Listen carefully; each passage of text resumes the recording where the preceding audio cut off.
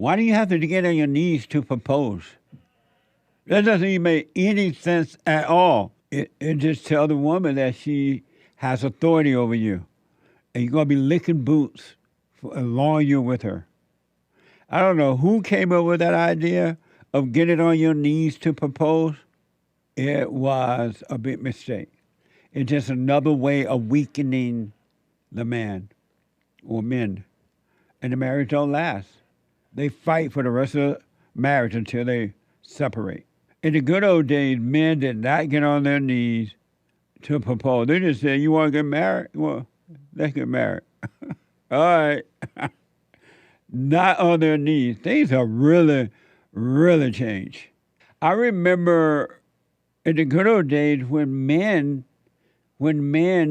did not wear wedding rings. They just gave it to the woman so that the world can know that the woman is in his world now, belongs to him. But now the women have made men start wearing wedding rings. They have literally made you put on a wedding ring by saying, well, I have to wear one. Why don't you have to wear one? What the? You just don't want the woman to know you're married so you can cheat. No, I don't. No, I don't. Then put on a ring. Then turn her and okay. And she still thinks you cheat. Isn't that amazing? That is mind-blowing. And it's another way for businesses to make money. That's what it is. It's nice. It's another way for commercial way to make money.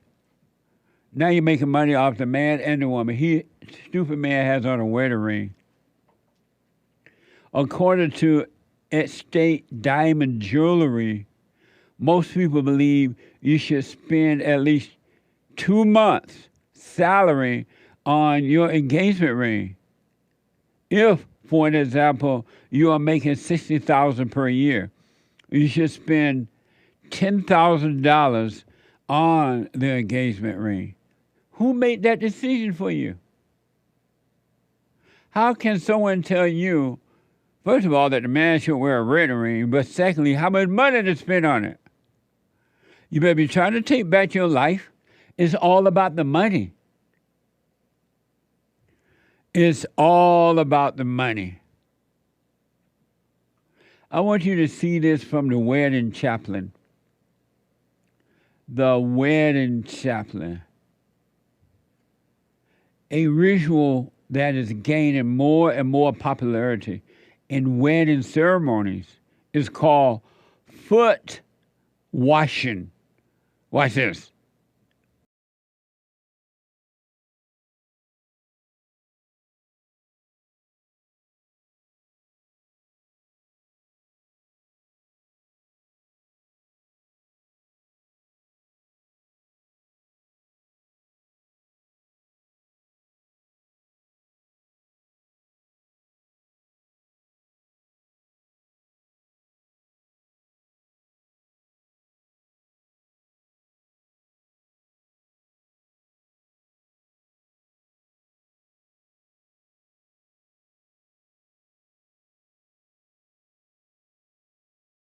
Hey, had you seen that? I had never seen that before. What do you think about it? That's vulgar. To me, it's vulgar. It's Christian. What? It's like the trendy Christian thing, I gather, by the looks of it. To wash their feet? By looking at these people, because it's young people doing it. Young, black, white, even Asian Right. men and women doing it. And hipster pastors with their big old beards. How's it Christian though? I've never seen Christians do that. I've never seen it either, but that's why I'm saying it's trendy Christian, because they're introducing this, because Jesus washed various of his disciples' feet. Mm-hmm. And I guess it's kind of like sort of symbolic. But Jesus didn't wash no feet before he got married. Right. He didn't get married, I don't think. That woman had to clean those nasty feet before she came to the wedding. Went to the wedding. Yeah. What? So everybody want to be like Jesus. It reminds me of that CEO of Chick-fil-A, the supposedly Christian restaurant, Yeah. washing the supposedly Christian rappers, shining his shoes or something like that. It's like this fake humility. It's like a one of those rituals where you're supposed to humiliate yourself. That I've heard that people do that. People humiliate themselves, and that's what they're doing to men now. Well, And whites. I think I have the answer to the question I'm about to ask. But how were they able to convince the men you got to wash this woman nasty feet at the wedding? It's woman worship, looks like to me. And she up there just loving it, knowing that she's got a beta, she's about to control. Makes me want to spit. That is crazy. According to a Pew Research, this is mind-blowing to me, but I understand it. The share of young adults living with their parents is higher than any previous measurement.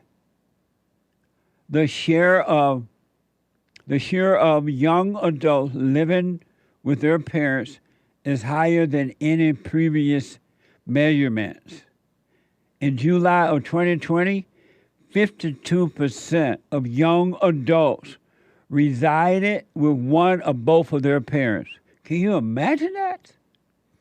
The share of 18 to 29-year-olds living with their parents have become a majority. May God have mercy on my country. Growing up, that wasn't even a thought that after 18 I would be living with my parents. It just, how will America ever become great again if you're going to stay a baby for the rest of your life? If you're not going to get out there and deal with the issues of life? How would you grow up? How will you mature if you don't deal with the issues of life? Savings. This is from Savings. On an average, parents providing financial support gives $1,384 to their children monthly. Monthly. I can hear my parents now, if they even thought I had that idea in my head. Y'all gonna give me $1,384 a month. Boy, what the? That is insane. And now you have adults acting like children. They're acting like they're children. According to the Daily Mail, religious leaders in Boston have demanded that white churches give millions. What the? This is so ridiculous. According to the Daily Mail, religious leaders in Boston have demanded that white churches give millions of dollars in reparations to the city's black community. Watch this from CBS. We call on the white church in Boston to join us in supporting a black reparations movement. Standing in solidarity, clergy leaders from across the city of Boston gathered. They're here to ask the religious community to atone for black Boston's suffering and support black reparations. And we are coming, as Dr. King said, look at those pitiful people, to get our check. Organizers from the Boston People's Reparation Commission say they're also following up on their demand on the city of Boston for a $15 billion initial payout to begin the process towards repair and reconciliation to the city's black community. $5 billion as initial payment around cash payouts. In 2022, the Boston City Council and Mayor Michelle Wu offered an official apology for the city's involvement in the transatlantic slave trade.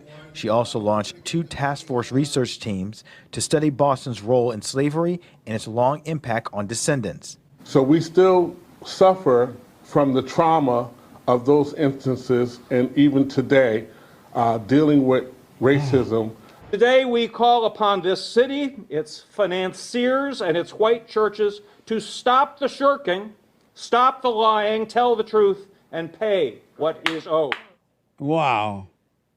They call it upon white churches, not upon Jesus, but on the churches to give them money. Not on Jesus. And look how pitiful they look. And that little Wu woman, female, need to be sent back to China. I don't know how they ended up voting her in for mayor. They need to send that heifer back to China. Did you ever imagine that someone would be standing in the pulpit and calling up on the white man in the church to give them back, to give them money they never had or owned or don't know what they're talking about? That's the same way it is with those adult children living at home now. They've been spoiled. And white church, y'all don't owe these people a dime. Martin Luther King, where is Martin Luther King now? This is a socialist, communist mentality.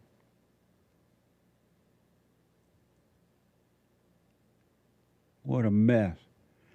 According to the Daily Mail, the churches named were built in the church's name were built in the 1600s and 1700s, and hundreds of slaves were owned by clergy and parishioners. Slavery been over for 150 years or so, and none of these people know nothing about slavery, but they want some money. They're never going to stop begging until white men say, no, I ain't giving you nothing. What's wrong with you? Go get a job. Get a job. It's never going to end. They've been spoiled. They're not calling on Jesus. They're calling on the white man. And white people, I told you how strong you are. They call you superior, supremacy. They are calling you God. And yet you're afraid. Why do they have, for the most part, but not only, angry, black, hateful, evil females going after the great white hope? But I have said from the very beginning, since Donald Trump first ran for president and won, I have said, watch out, keep a little space between you and the great white hope, because there is something unique and interesting about him. You just don't see it every day, and you don't see it in most people. Because most people, men and women, male and females of all races, cower down really easily and quick under pressure. Most human beings cannot handle pressure.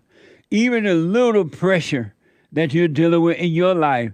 Have you noticed how easily you cower down under the pressure? You trip out, you worry, you just really freak out over it. You don't really be still and go through it. And I understand now why, but you don't do it. Donald Trump does. And he's a perfect example in a big way in that he's in the media all the time as to how to deal with the issues of life. Bloomberg Law is reporting Donald Trump's business empire was supposed to be peril like never before on Monday. Instead, it turned into the single greatest day on record for the former president's wealth. This is so deep, I hardly know what to do with it. You have heard it being said before, don't mess with the sons and daughters of God, right? You've heard that somewhere in your church or somewhere. This is an example of that. And again, I don't know the outcome. I'm just talking about what is happening right now. Don't mess with the Son of God. Evil has no power It only has intimidation. It only has accusatory. It only has yelling and carrying on, but it has no power inside of you or outside of you, inside of others. Watch this from MSNBC. Honestly, this is so infuriating, I don't even know what to do. I don't even know if I care what the process is that these judges are arriving at. Whatever it is, it's flawed. I can tell you that much. I mean, David put it well. This is a different process for this person.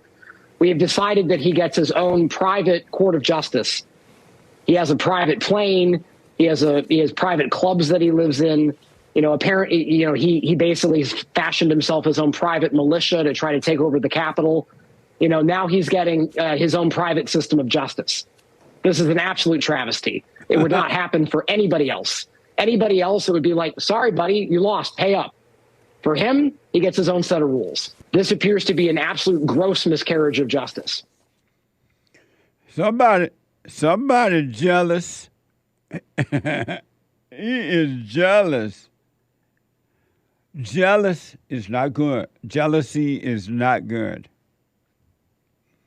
I'm telling you, you better come out of your hell and wish everybody well. According to Bloomberg, around the same time, his social media company, Trump Media and Technology Group, wrapped up a 29-month-long merger process, meaning shares worth billions of dollars. Watch this from X and Fox. Mr. President, you mentioned the cash you had. You said on Friday it's something like $500 million. You intended to put some of that into the campaign. Now that the bond's been reduced, are you going to start putting money into your campaign? You haven't done that since 2016. Well, first of all, it's none of your business. I mean, frankly. That's right. But I might do that. I have the option.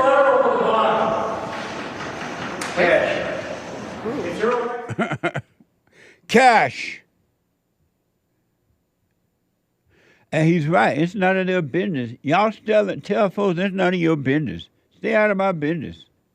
It's none of your business. Tell them that. That's what they used to do in the good old days. None of your business. Because it's just devils inside of people. I love the way he told that guy, none of your business, first of all. That's from the old school. Let me just see what the Great White Hope has to say, by the way. I don't frankly have time for total political correctness, and this country doesn't have time either. Amazing. One of a kind. This is from the New York Times. A major bridge in Baltimore collapsed after being struck by a cargo ship early Tuesday, sending vehicle plunging into the water and setting off an emergency response. Watch this from ABC. We are still following that breaking news overnight out of Baltimore, Maryland. This is a live look right here. A portion of the Francis Scott Key Bridge has collapsed after a large boat collided with it around 1:30 this morning. Authorities are trying to rescue at least 7 people who were doing overnight work on that bridge. Firefighters say several vehicles hit the water, including one the size of a tractor trailer. Divers have now been dispatched into the water for what is being called a dire mass casualty incident.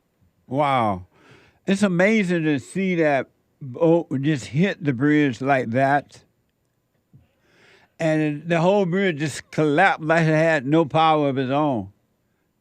At least that what we saw collapse. I don't know if the whole thing did it or not. But look how easily it came down.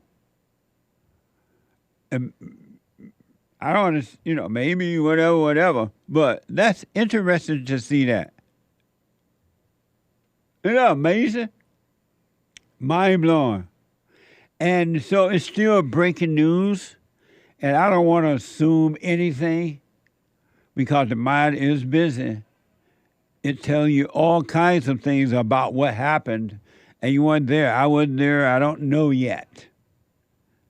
And I don't know if we will ever know the real deal. Because the one thing for sure, And without a doubt, our media and government does not tell us what's really going on anymore. And Baltimore is in a mess. Baltimore is in a mess. This is from TPUSA. And we'll give you more news on the bridge as we find out, as it happened. According to TPUSA, Baltimore is facing a police shortage following the city's ongoing efforts to cut the department budget. Only 3 police officer patrols. Only 3 police officers patrolled an entire district of the city, which housed 61,000 residents. Watch this from X. Duty. Amazing. And guess who wanted to defund the police? Black people. Black Lives Matter and all the stupid black mayors and others. It wasn't white, conservative, Christian people who wanted to defund the police. It was black people. And guess what happened? Because of the fear of white people, just think about that. They defunded the police, and now you have these emergency situations happening and no police around. And it's going to get worse because there's nothing to contain evil now. New York Post is reporting that a low-life mom was caught on camera pushing her young daughter to steal a purse from a Georgia restaurant. Watch this from Daily Caller and Fox.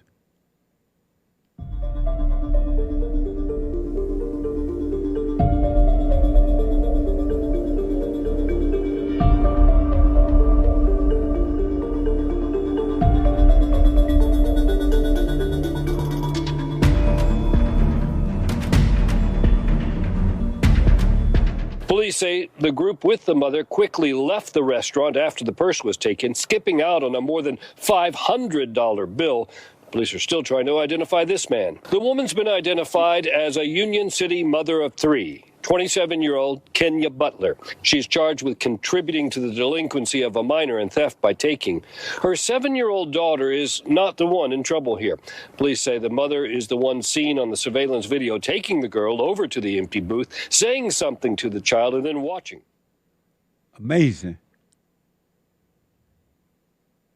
So what do you think going to happen now? The girl been traumatized. She's been taught to steal. Even if she's not punished now, she's going to go on stealing. Her mother just gave her the okay on it. What about the idea that churches should stay out of politics? You know what? That only applied to white churches, apparently, because all the churches get at tax time, like at this time of the year, we get all these notices from the IRS that you can't say anything or log in about any political issue in the pulpit, and you can't try to sway voters to go one way or the other because you're violating the separation of church and state, which is not part of the Constitution anyway. But you're violating all of that. Black churches never paid attention to that. They've always sponsored Martin Luther King days anyway. Yeah. They get out there and say, reparations on slavery. And by the way, slavery in the 19th century was a political issue. And many preachers that I know in the Restoration movement, trying to restore the New Testament church, would get out and preach against slavery in the slavery years, and they were told, quit preaching about this because that's a political issue. Anything is politics. If the other side doesn't want you to preach about it, it becomes political. But that's number one regarding the black churches on that. Number two, reparations. That is absolutely ridiculous. It's a stealing, it's theft of money. It's just a stealing of money. The idea of the Bible is, if a man doesn't work, neither let him eat. A young man called yesterday. When I asked what's wrong with the blacks, and he said that the whites were laughing at the blacks, at them, when I say that. And I asked, well, they don't know you, how are they laughing at you? But I realized he had identified with being black. I know how that is because when I first moved to L.A. at the age of 18, it didn't happen in Alabama. It happened when I moved to L.A. that I started to listen to Louis Farrakhan and Jesse Jackson and those people, and they were into the black thing. And they were saying that the white man's against us because we are black and it's slavery. And as an 18-year-old, 19-year-old young man, I fell for the lie. And I, for the first time in my life, I was focused on being black. And I thought for a while that life was rough for me because of my color. Whenever I had a job and I would work, if a white boss was to say anything to me that was correction or something like that, right away the thought would tell me it was because I was black. Really, I literally thought that. And it wasn't my thinking, but it was because I had identified with that. And it wasn't until I started to question things, well, what's wrong with if the white man is holding me back and I'm black, but they're not holding Louis Farrakhan and Jesse Jackson and their families back, and they're black, what is it that they're doing that they're not telling me? How come they can get around it, but I can't? And I realized that we were being lied to by other black so-called leadership. We were being lied to. And I realized the anger that I had for my mother, who tried to turn me away from my father, was holding me back, and I was believing lies with the color thing. So here's what I recommend for the blacks. And at that point, I realized that I stopped identifying with color, period. But I had no idea why I had stopped identifying with color. But once I forgave, the identity with being black disappeared without me realizing why it had disappeared or how. But I just knew I no longer identified with being black. And so when I say what's wrong with the blacks, people say, well, you act like you're not black. You're not including yourself. I'm not. Because I don't identify with color. So here's what I recommend to the blacks and all color of people. From this day forward, never identify with your color again. You are not your thoughts. You're not your feelings, your emotions, whether so-called good or bad. And you're not your body, and you're not your color. You're not a lesbian or a homosexual or a drug addict or an alcoholic or lonely or depressed, or you don't have post-traumatic syndrome. You are not neither rich nor poor. You're neither guilty or innocent. You're neither a saint or anything, or a sinner, but you have identified with those things and you call yourself that, one or another, right? And you keep yourself in hell. It is your God. And one thing for sure, and without a doubt, you're not going to enter into the kingdom of heaven within, into perfect peace, until you stop identifying with anything or anyone. On this past Sunday, on 60 Minutes, they did a story, interview with the so-called president of Mexico, Obrador. And it was very interesting. I didn't watch the whole thing. My producer got some sound bites from it. But it was interesting in some of the things that he was saying.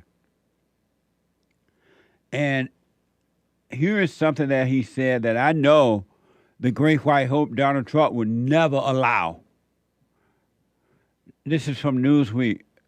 Outgoing Mexican President Obrador offered a proposal for ways in which the U.S. might stem the tide of migrants at its southern borders. If you don't do what he wants, the flow will continue. Isn't that amazing? And he says what he means.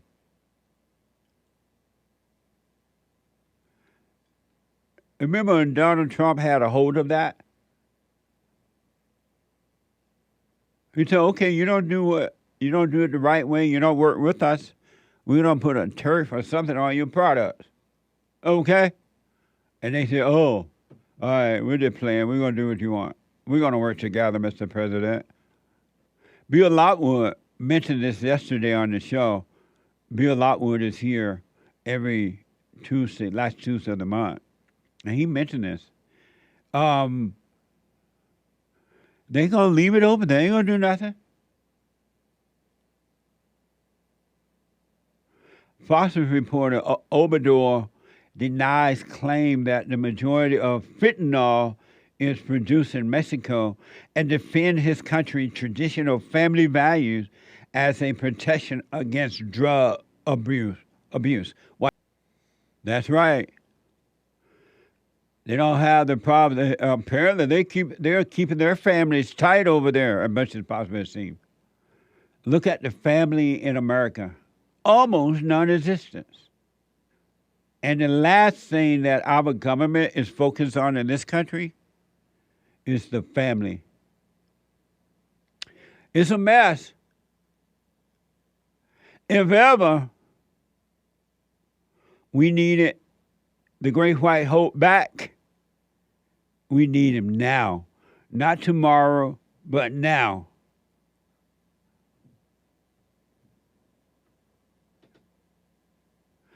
One last example I want to know, do you think that this will happen under Donald Trump? Watch this from X. Yo, this dude just hopped off the train and he was like, what city am I in? And this guy's trying to tell him, like, yo, you're in LA, bro. And he's like, for real? Damn, I just came a long way. He's like, all right, peace. These two guys, actually. Where you guys come from? Honduras.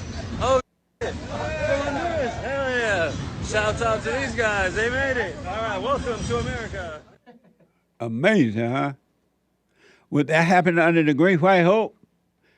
Everybody and their mama in a rush to get here, too, because they are concerned that if Donald Trump should win in November, all this mess is over. So they're all trying to get here quickly as possible from around the world. What a mess! They're going to, according to this report, they're going to have, in Santa Monica, California, I didn't notice until this morning, according to SMDP, the city of Santa Monica is set to witness some of the world's biggest sporting events during the next decade, including, most notable, the 2028 Olympics. I didn't know that. I hadn't heard nothing. I'm like, wonder how they going to do it in Santa Monica. But I remember they're getting the homeless people out of the way for a day or two. They'll find somewhere to put them, and then as soon as the event is over, they'll bring them back. Watch this from LA 28. We are citizens of the world, a world we call LA. We speak hundreds of languages. So many nations, dialects, and different perspectives represented. We're more than a city. We're a mindset, a movement. It's freedom. You can be the person you want in Los Angeles. We already play on the world stage. In 2028, when we welcome the games, we'll show the world the real LA.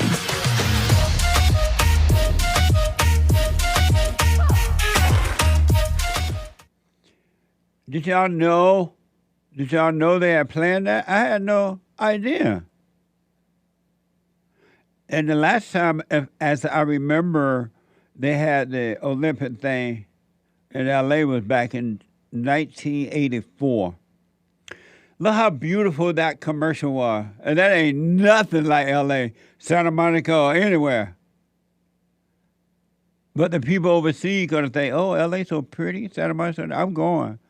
And then they're going to get robbed or knocked out or a car broken into. But they make the commercial look so good, make you want to run there, right? It's going to be interesting to see how that turned out. According to KTLA, the Biden administration has awarded the Los Angeles region nearly $900 million for public transportation and infrastructure improvement ahead of the 2028 Summer Olympics. Amazing. Why can't they just clean up the street without that summer event? Why can't they repair the roads because they're taking out our tax dollars to supposedly keep the roads repaired? Why?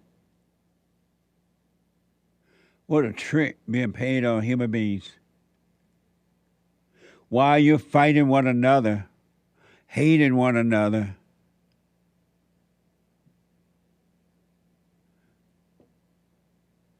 You're being controlled by the government. When I look at the world, it fills me with sorrow. Children today gonna suffer tomorrow. What a sad way to live. And this dumb mayor of Los Angeles, I've debated this one before. She has a fro. She's black. According to Cal Matters, a 3-day trip to Paris last week gave Los Angeles Mayor Karen Bass an opportunity to learn about preparation for the Olympics. Watch this from KTLA. We were able to get thousands of people off the street last year. One of the things that we have got to figure out how to do is to keep people from falling into homelessness. And the Mayor's Fund, which is an independent nonprofit, is focused on that by paying attention to people who might be facing eviction and preventing their eviction from taking place.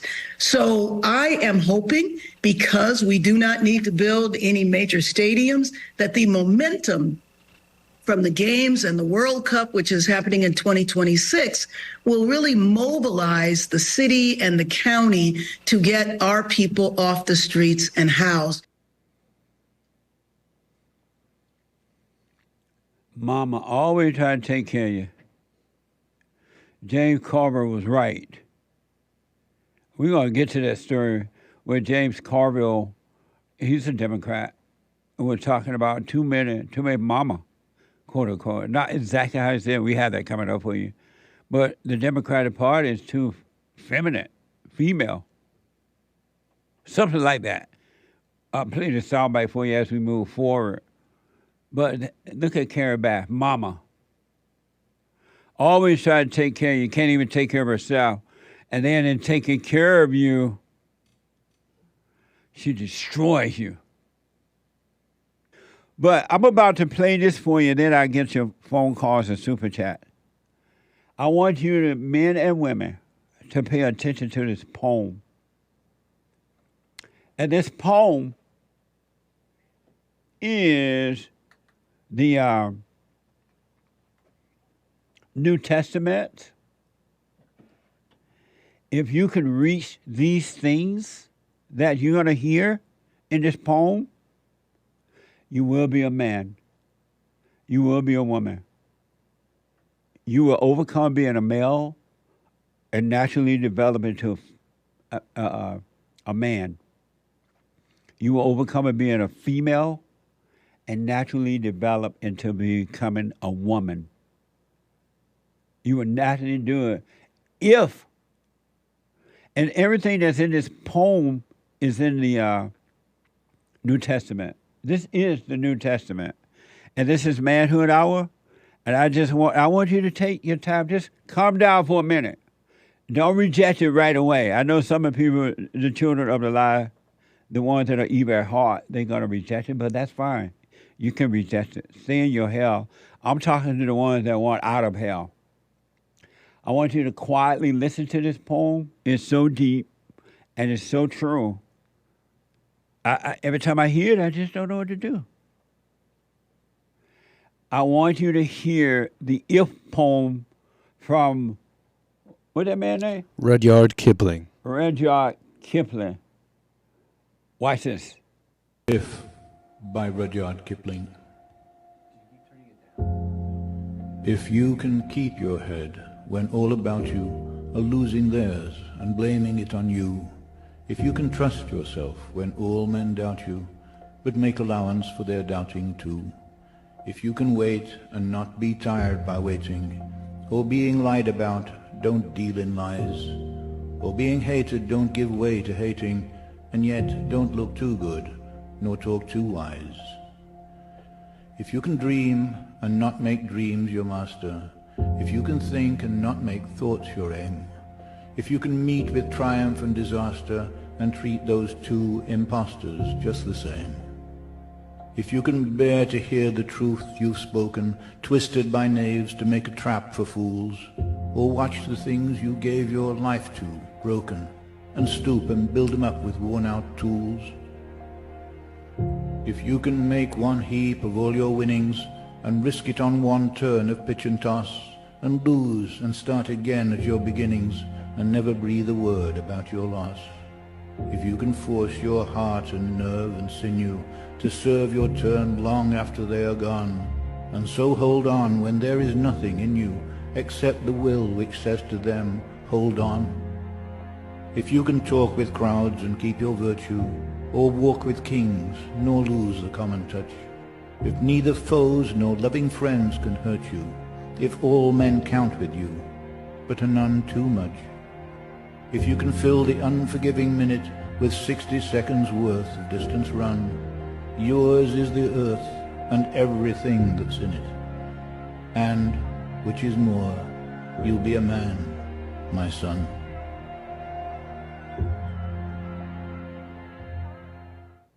That is why Donald Trump is succeeding in life right now. And I promise every man and woman, if you can do that, live a life without having thoughts be your aim, you have an amazing life. I'm telling you that it's the truth. Isn't that amazing? It's so deep. And I tell y'all to watch Donald Trump without taking sides. You don't need to take his side or anyone's side. Just watch and overcome thoughts. You want a life without thinking. And practical thinking is fine as long as you don't make thoughts your aim. Practical thought, I got to go to work, I got to build a house, I need food, or whatever, right? That is the New Testament. My producer's telling me that according to Penman's Den, he wrote the poem as if he was advising his son on how to find his place in life and to live a life in harmony with others. And you definitely will. So I hope that helped a little bit.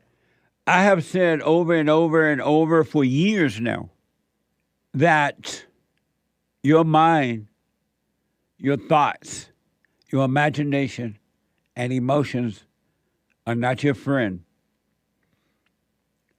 That they are pure evil. And anyone, whether it's Jesse Peterson or Jesse Peterson Mama or the Great White Hope or the Great White Hope Mama or the bomb on the street, anyone that listens to thoughts, you're living in hell. You're in pure hell. And everyone that is living in imagination, their thoughts, bring every thought into captivity, right? Anyone that believes any thoughts except operated by practical thoughts as far as making breakfast, lunch, and dinner, or what you want to eat, or whatever, right? Where you want to live. Your thoughts are evil, and they're not your own. That's what's so weird about it. Your thoughts are not your own. You don't create thoughts. You're not in charge of thoughts. They're not you, and they're not from God. And yet, 99.99999, all until some start to realize that most people live in their thought. They believe them. You cannot. Most people don't even want you to tell them that you're not your thoughts, that all thoughts are all lies all the time. And they ask, well, who will I be? How will I live if I don't think? What will I be if I don't think? And my answer to that is when you stop thinking is when you will start living.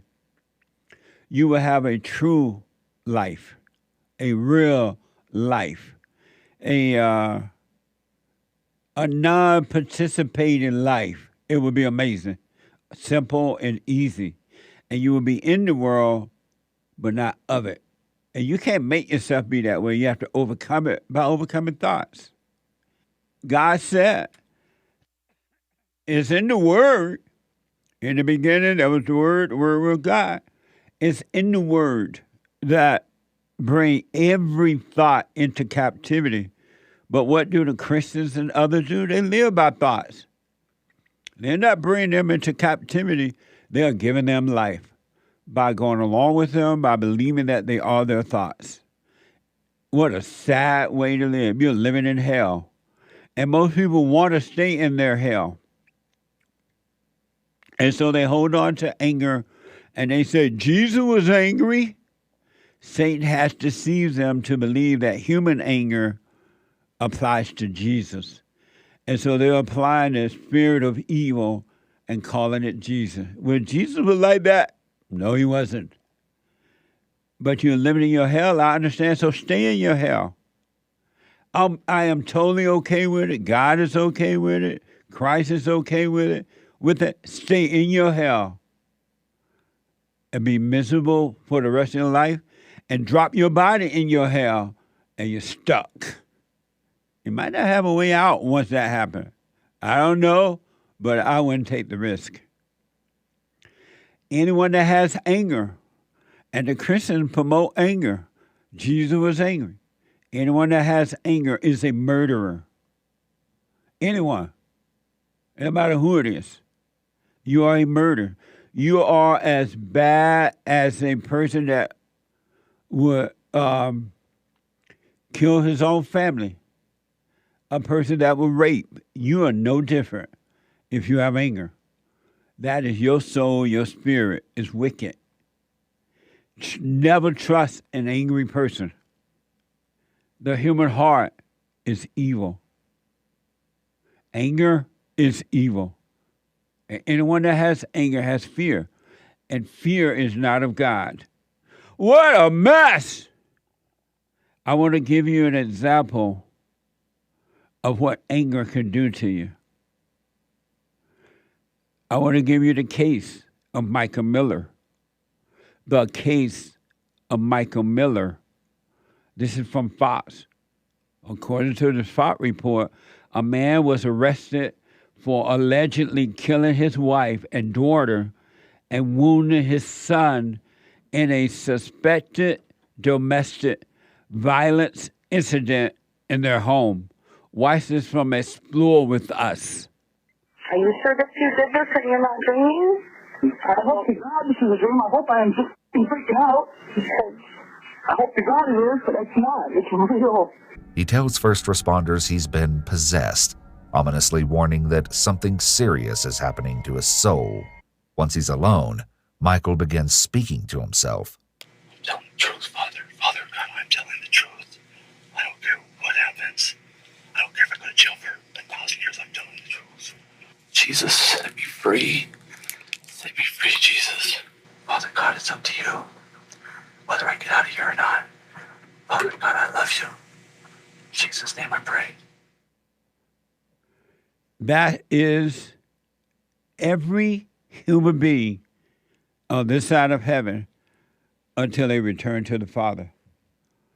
Your problems, and I'm not medically diagnosing you at all, but your problem is spiritual. My problem is spiritual until we start to overcome it. Every human being is two hoops and a holler if this story is true about Michael Miller, every human being is 2 hoops and a holler from becoming Michael Miller. Just 2 hoops and a holler. One incident, one thought can change you just like that. Because you're possessed. Michael Miller, if this is true, is 100% correct. He's possessed with evil spirits.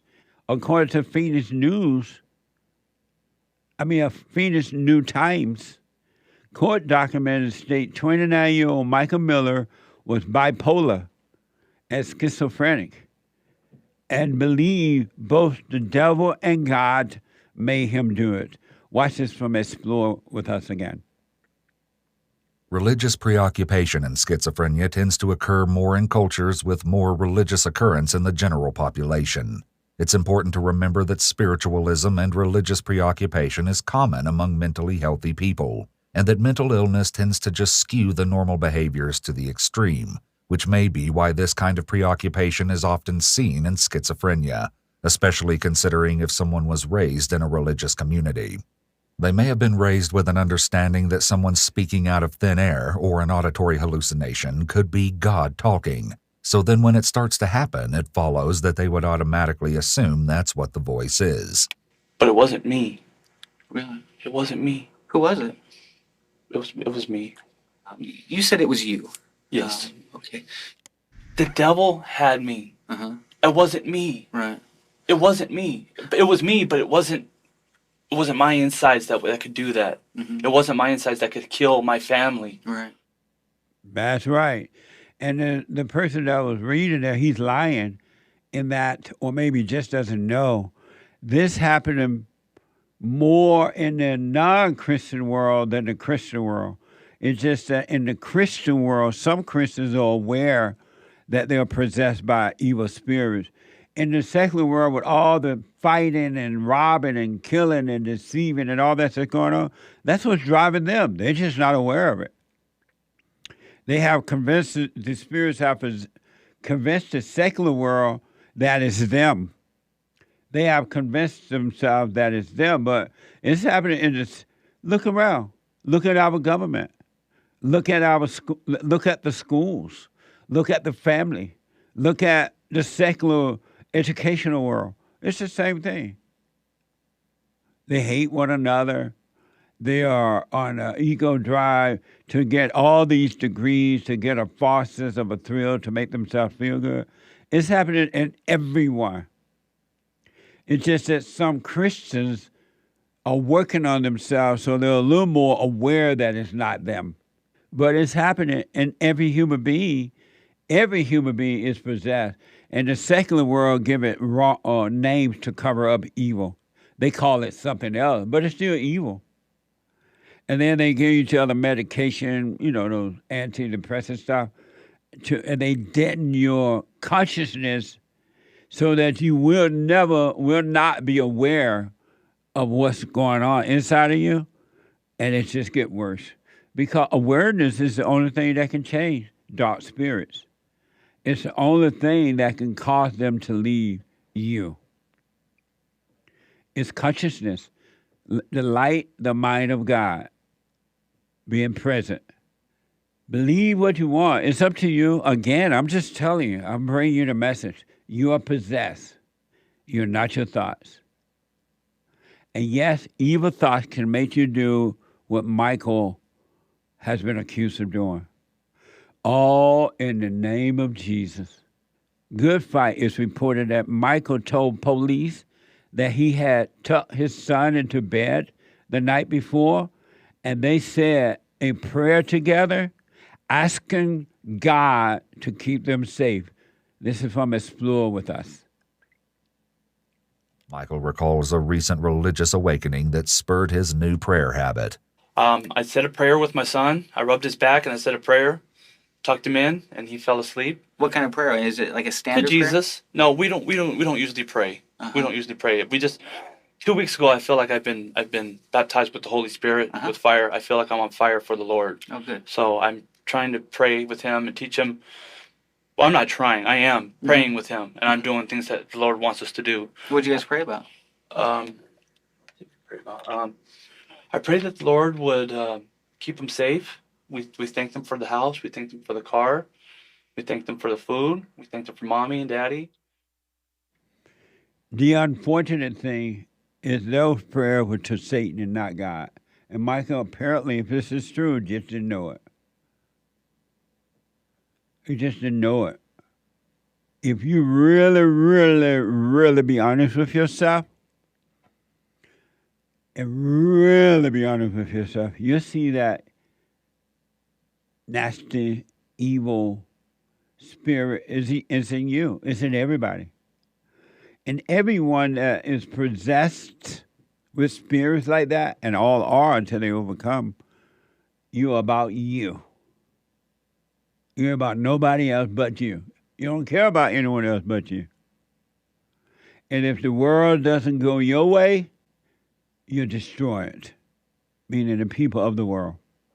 Michael goes on to talk about, according to Good Fight, Miller told detective that he visualized his wife as a demon. This is from Explore with Us. After the attack, neighbor after neighbor came forward as witnesses to Michael and Adriana's fighting. One neighbor told police the couple's yelling reverberates throughout the neighborhood. My wife got mad at me, really mad at me for yelling, or she got mad at me for not sleeping. I go, babe, you can't get mad at me for not sleeping. It's not my fault. And she, well, no. She goes off, no. And I say, well, what the f is your problem? And then I started meditating in my brain, and I started thinking, okay, well, God the Father, Jesus the Son, who's the Spirit? I thought it was Satan. I thought it was God the Father. I thought he was married to Lucifer, and they had a son named Jesus. Okay. That's what I thought. And then I was indwelt by Satan, and I killed him. Well, wait, let's talk about that. You said you're enveloped with Satan? What was the word? Indwelt. Okay. What does that mean? Consumed. Amazing. If only someone could have gotten to Michael before, if all this stuff happened, before it happened. Michael, you got to drop anger. You got to forgive. And God will forgive you and take those demons out of your mind and give you a clear mind. I want you to encourage you to think about how you've treated yourself and others. How family members have turned on one another. It's not you. It's the same spirit that Michael is talking about here. They're the same spirit. Here is where he's talking about his struggle with alcohol. Watch this from Explore with Us. I had a problem with alcohol. Oh, okay. And I got to the point where I wanted to drink alcohol every single day, all day. I'd get home from work, and first thing I would do was pick up a beer. And I'd have 12, 13 of them, and that's not right. And I was like, okay, I got to stop. And then I tried to quit on my own power, and I kept trying, God, I'll do this better, I'll do that better. And it didn't work. And then I did this. I did this. I tried to kill myself. I was serious about it. This wasn't no joke. I did that really hard. I wanted to get out of there. I wanted out of life. While Michael's story about the attempt is certainly serious and worthy of concern, he may be sharing the story now as another way to try to victimize himself. No, you're not. By conveying his own suffering, he may feel that he'll win lenience later down the line. That's not it. What a blind reader. That's not it at all. He's telling you the truth about what happens in all human beings. It's a spiritual issue. And the alcohol is not the problem. Stop calling yourself an alcoholic. The alcohol is an attempt to find peace. And you drink a little bit, you feel good, right? A thrill. Then you drink more, you feel good again. And you keep drinking. After a while, the feeling good, drinking alcohol doesn't make you feel good, but you keep drinking more and more and more trying to feel good. Same thing with drugs or anything, sex or anything. And Michael thought he was even talking to God. And that's what Satan do. That's what Satan does to the Christians. he made the Christians think that when they're praying to God. And then the Christian wonder, why is my prayer not working? Why I still have fear? Why is my family still messed up? What's wrong? Oh, I know. Satan tells them, well, you have to wait until you get to heaven.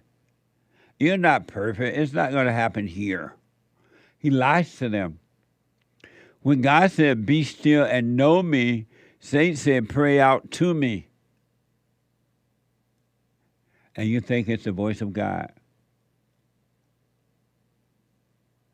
And I want you can test this too and prove me wrong. You can't stop yourself. Just smoke on this. If you were in charge of your own thoughts, if you were the creator of all thought, why don't you stop yourself from thinking evil, stupid stuff? Why don't you stop yourself from thinking about revenge or fear or loneliness or suicidal thoughts? Why don't you? It looked like I may have a little bit more proof in a scientific way that evil works through the woman. Uh-huh. One monkey don't stop no show. I think I have scientific proof to help you to see. And the reason I want to encourage you to see it so you can overcome it, men and women, that evil comes through the mother. And here is more proof of that. It's not that I need it because I can see that it comes through the mother, but some of the blind people can't see it. They don't want to believe it. And you hear, especially with guys, and some ladies, I don't hate my mom. I love my mama. My mama was good. No such thing. The one thing you can bank on, there's no such thing as a good mama. It doesn't, it's non-existence. No such thing as a good mama. A mother, in case of white people. Mother, in case of the black, mama. So here's more proof that evil comes through the woman. NPR, neuroscientist Jim Fallon uses brain scans and genetic analysis to uncover the wiring in the nature and nurture of murderers. This is from NPR. Don't blame me. I'm just reporting what they're reporting. Neuroscientist Jim Fallon uses brain scans and genetic analysis to uncover the wiring in the nature and nurture of mothers. Just smoke on that for a minute. How many people do you hear honestly love you enough to tell you that the evil comes through the woman? And Satan is so deceiving, he has used the woman and the media and the preachers to make you think that it comes through the man. Now, once it comes through the mother into the male, the man can become violent because that is his abnormal nature. And he doesn't know how to handle it. But women are way more violent than men. Way more. They just don't report it because they're covered up evil. So you smoked on the fact that neuroscientist Jim Fallon, according to NPR, uses brain scans and genetic analysis to uncover the wiring in the nature and nurture of murderers. This is from Study CU. One of my colleagues asked me to analyze a bunch of brains. When Fallon looked at the brain of psychopath killers, the damage was right above the eyes, right up here where I tell you to observe and watch those thoughts coming and going. Be separated from them. That's what Satan operates. According to Study CU, when Fallon looked at the brains of psychopath killers, the damage was right above the eyes in the interior part of the temporal lobe. The gene that seemed to be related to a higher propensity to violence can only be given from the mother. According to this guy, Fallon, and according to the studies, CU, the genes that seem to be related to higher propensity to violence can only be given from the mother. Watch this from Ted. One of my colleagues asked me to analyze a bunch of brains of psychopathic killers. And the question is, how do you end up with a psychopathic killer? So we look at these sorts of things theoretically on the basis of genetics and brain damage and the interaction with environment and exactly how that machine works. So we're interested in exactly where in the brain and what's the most important part of the brain. And how you end up with a psychopath and a killer depends on exactly when the damage occurs. It's really a very precisely timed thing. You get different kinds of psychopaths. And the pattern is that those people, every one of them I looked at who was a murderer, had damage to their orbital cortex, which is right above the eyes, the orbits. So there's this pattern that every one of them had. The key thing is that the major violence genes is called the MAOA gene. And it's sex-linked. It's on the X chromosome. And so in this way, you can only get it from your mother. And in fact, this is probably why mostly men, boys, are psychopathic killers, are very aggressive. But for a son, he could only get the X chromosome from his mother. So this is how it's passed from mother to son. Wow. Now do you believe it? It's scientific. If this report is right from this guy, because he's telling the truth about that. It comes from the mother. And anyone that thinks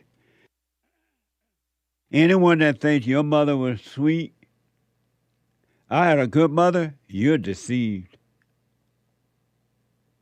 All who are born through the woman must be born of the Father. Ain't no way out.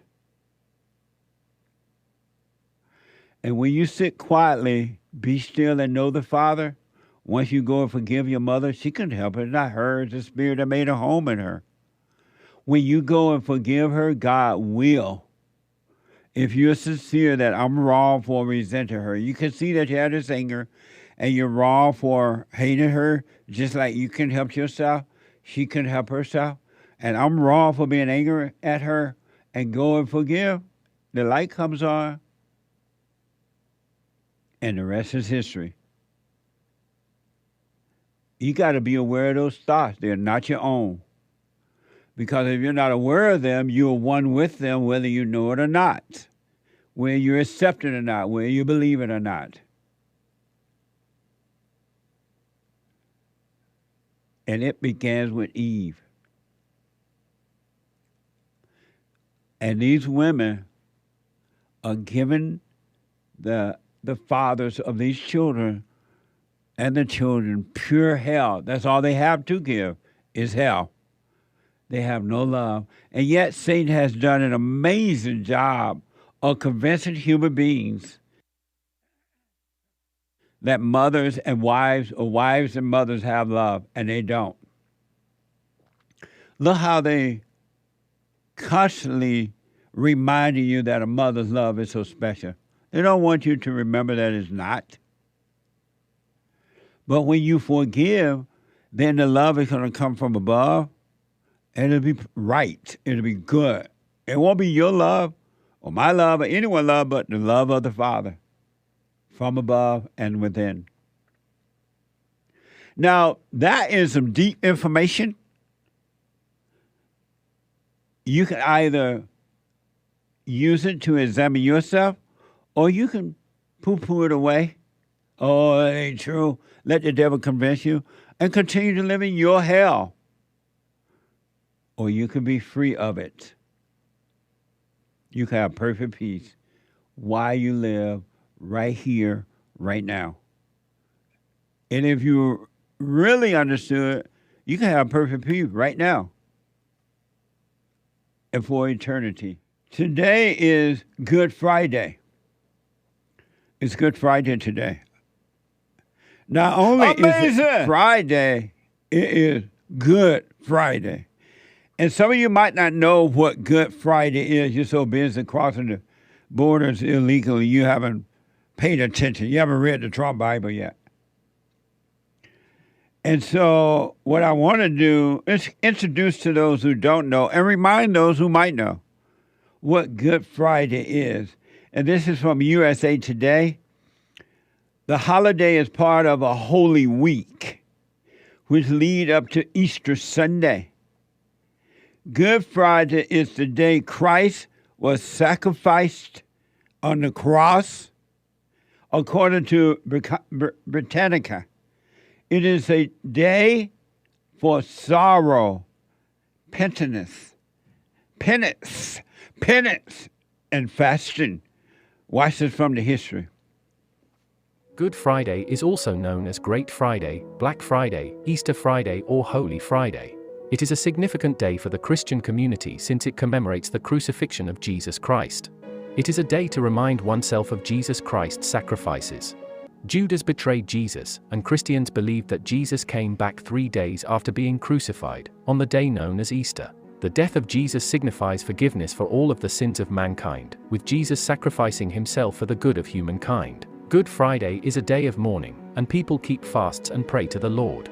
Church services take place from noon to 3 p.m. on this day, and decorations from statues are removed. Priests are dressed in black robes. On Good Friday, Christians do not eat meat, and traditionally the food which is eaten is hot cross buns. However, many people do eat fish instead of meat. The reason why fish is eaten is because it comes from the sea and hence is believed to be a different kind of flesh. Fish shapes were also believed to be secret symbols by which Christians would identify each other at a time when their religion had been banned. A lot of those who followed Jesus Christ were also fishermen. Amazing. Happy Good Friday, I guess. It's interesting. I don't know what to think about Good Friday. So, Christ died today, but the people, the human beings are acting as though he did not die. It's amazing. So you might ask, how are everyday Americans doing? It's a real mess. Talk about a spiritual battle. It's a real mess. A real mess.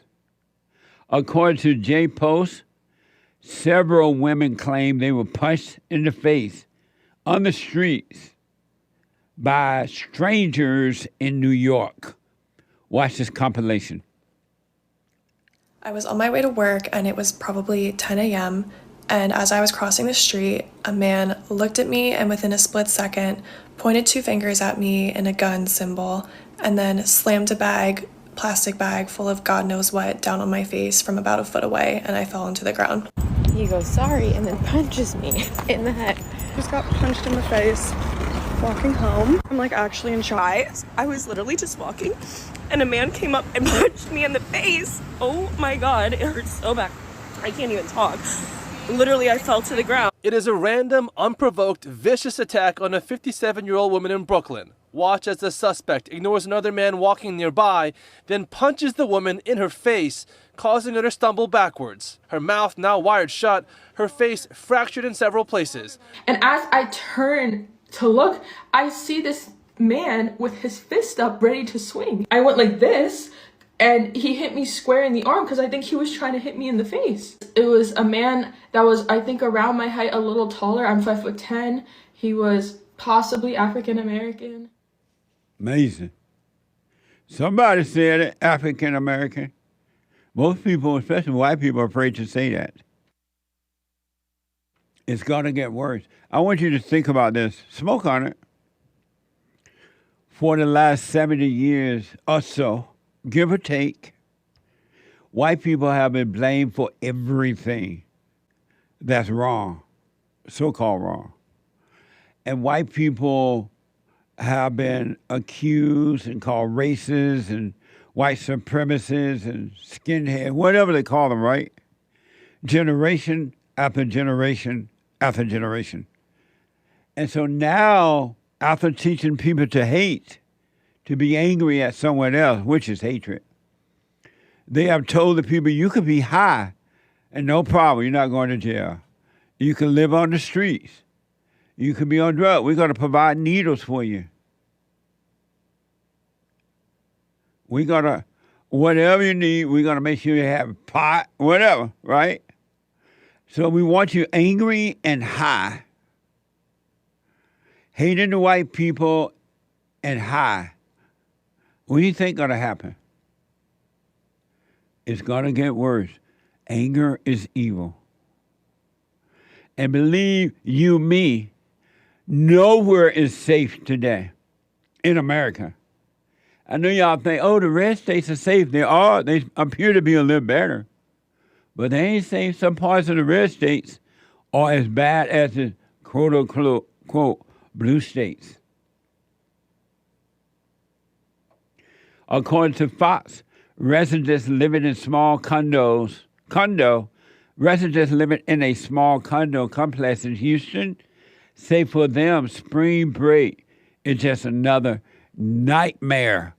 Watch this from Fox. It's a living hell, actually.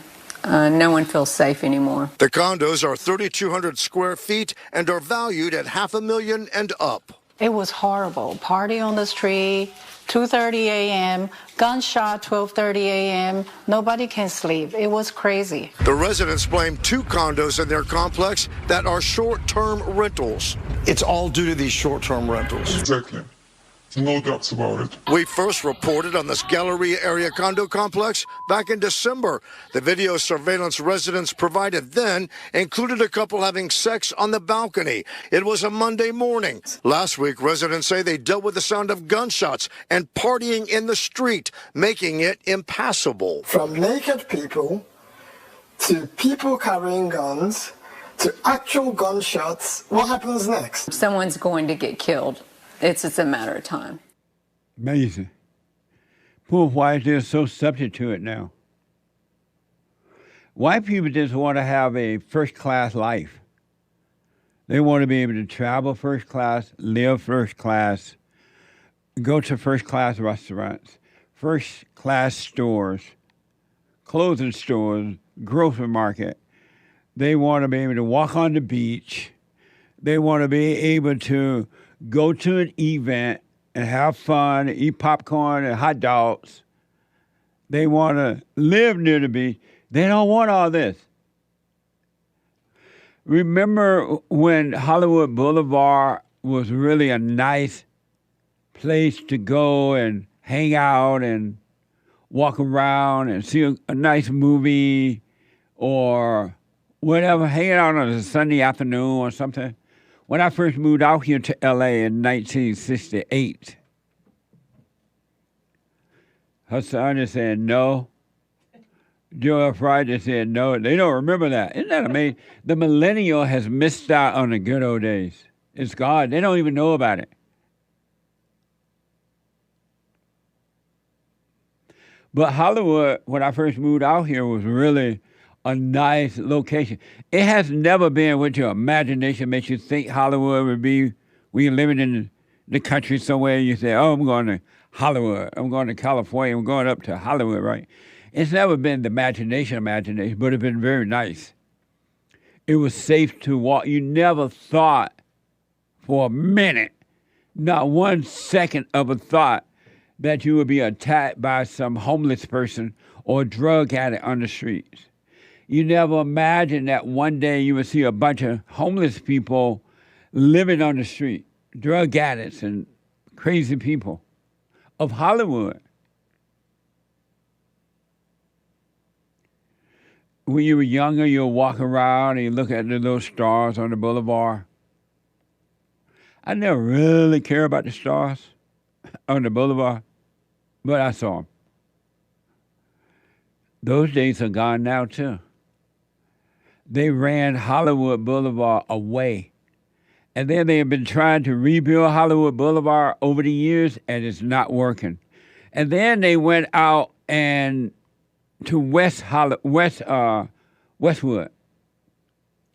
And so and I forget the white guy's name. He went out there, he redid Westwood all over again. Over there by UCLA. And Westwood for a while became Hollywood, quote unquote. And now Westwood is going down. Quiet as a kept. It's not the same anymore the way it used to be. So nice. They want it this way. But Hollywood, to the millennials that don't know, used to be a nice place. And to live up there was really nice. You had the mountain view and all that. Hollywood is gone now. It's dangerous. It's dirty. It's not a fun place anymore. This is from KTLA, a Hollywood Boulevard homeless encampment that residents says is a hotspot for selling and buying drugs have sparked continued concern as they call unhoused, meaning bums, homeless people on the street. Residents are already returning to the location. Watch this from KTLA. A persistent problem plaguing neighborhoods around Hollywood and beyond. Starts with one tent and then they basically, become a whole line of, maybe 5 or 6 tents combined. Pre-cleanup, it was pretty dystopian, that's all I can say. It was like a Mad Max movie. This one was the worst.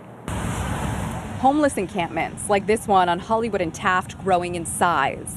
Longtime resident Brian Winchell says while he sympathizes with those down on their luck, he says people in these encampments steal power from local buildings, leave behind mounds of trash, cause disruptions at all hours of the night, and most concerning of all, bring violence and drug buyers and sellers to the neighborhood. He's disappointed in city leadership too. We pay their paycheck. That's my big beef. We pay their paycheck. So we call the 311 and we call the, all the politicians that are, in this district, and it's really very slow to respond with any kind of action. I just wonder why the police couldn't do a little bit more to keep an eye on them. Amazing. They won't let the police do anything. They don't want the police to do anything.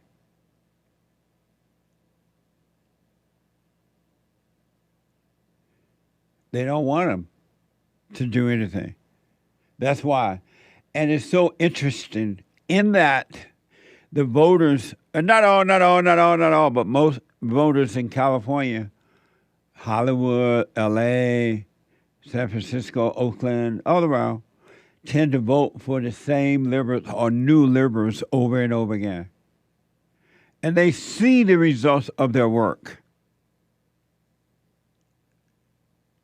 But they go and vote for them over and over and over again. Isn't that amazing? According to KTVU, a wheelchair user out of Oakland-born, a 102-year-old Victor Silva Sr., often find graffiti painted on the back fence of his Oakland home. He got a citation to remove it or face a fine of $1,100 fine plus an additional $277 for each failed re-inspection. Watch this from Fox. Wheelchair-bound, Oakland-born, 102 years old, Victor Silva Sr. often finds graffiti painted onto his back fence of his Oakland home where he's lived and paid taxes for 80 years. Earlier this month, he got a violation citation from the city of Oakland to remove it by Tuesday the 19th or face an $1,100 fine plus an additional $1,277 for each failed re-inspection. It was so absurd, it's like a joke. I don't know what to say. I thought somebody's crazy. Now this utility box has 6 different kinds of graffiti on it. I wonder if the utility got a citation. The family owns a nearby small commercial building which has been broken into 3 times in the last year. On one occasion, Victor Jr. found a person inside. In each case, he called 911. And I'm put on hold every time. So it's hard to understand where our tax dollars are going. They can't answer 911, but they can come out and hassle you about a fence. Amazing. So they let the criminals out. They take away the bail bond. They take away the police. They take away anything to protect the innocent. And then the criminal commit the crime by painting on your wall. You are punished for it. Think about that. You have to spend money. You have to go out and do the work to clean up, not the criminal, but you. I want my country back. It's gone, though I want it back. It's not coming back, though I want it back. What a sad way to live, huh? But this is America today. And Victor was asked how he lived so long. How you live to be 102? Remind me of Miss Suge. Watch this. I had to ask, how does one live to 102 or 103? Very easy. Just keep breathing and, behave yourself. That's right. Keep breathing and behave yourself. It's just that simple. Last but not least before this break, and then I'll take your calls. If you don't want to live a long time, if you don't want to live to be 102, 110, 120, Miss Seeger was like, whatever. Miss May, she lived to be 100 and something. But if you don't want to live a long time, do this. Watch this from Outkick. The El Paso Police Department released what might be the most chilling body cam footage the public has seen in a long time. Watch this from X. Do me a favor, dude. Can you step out the car for me? I can't do that. Where's that? You need to back up, bro. Why do I need to back up? You need to back up right now. Why? You need to back up. Why, dude? What's in your hand? It's a gun. So please back up. Hey, over there by your car. Let me see your hand, dude. Go by your car, please. Relax. You want to go home tonight? Relax, you want to go dude. Home tonight, right? Relax. I'm relaxed. Can you please go by your car? Okay, just put it down, dude. Okay, go by your car then. Okay, I will. Okay, go. Put it down. You want to go home tonight, right? Just put it down. You want to go home tonight? Just put it down, dude. You want to go home tonight? Just put it down. I'm not going to put it down. Go by your car. What is it, dude? Go. Do you want to go home tonight? Yes, relax. Did you pick the wrong day to go to work today? Okay, dude, relax, please. Okay. Relax, dude. I'm going to relax. Shots fired, shots fired. He did. What a mess. He's saying to the police, according to this film, do you want to go home tonight? You picked the wrong day to come to work. You picked the wrong day to go to work. Do you want to go home? The cop like, put it down, put the gun down. You want to go home tonight? You picked the wrong day to go to work. What the? And so some of you may remember the Great White Hope, Donald Trump, how he was well on his way to bringing back law and order. It was amazing to see it. I hadn't seen it in a minute. And he was on his way to bringing back law and order. But in case you don't remember, this is from the Trump White House. Trump White House. President Trump rebuilt the United States military after 8 years of decline and neglect. The ISIS Caliphate was destroyed. Remember that? The ISIS Caliphate was destroyed. Nearly 8 million civilians were freed from ISIS bloodthirsty control. Watch this compilation. It should be formally announced sometime, probably next week, that we will have 100% of the caliphate. Nobody thought it was possible to do it this quickly. Abu Bakr al-Baghdadi, is dead. He was the founder and leader of ISIS. He died after running He into did. a dead-end tunnel, whimpering and crying and screaming all the way. Somebody criticized me the other day because they asked me what I'd do, and I said, I'm going to bomb the out of them. It's true. I don't care. I don't care. They've got to be stopped. Amazing. Remember those days? You may have a chance to get them back come November. It's up to you. If ever we needed the Great White Hope, we need him now. Amazing. According to Trump White House, Trump also became the first since Ronald Reagan not to start a war. Amazing! Amazing. Not to start a war. The first since Ronald Reagan. And for those who might not be aware, Ronald Reagan was a Republican president from California. If ever we needed you, Lord, we need you now.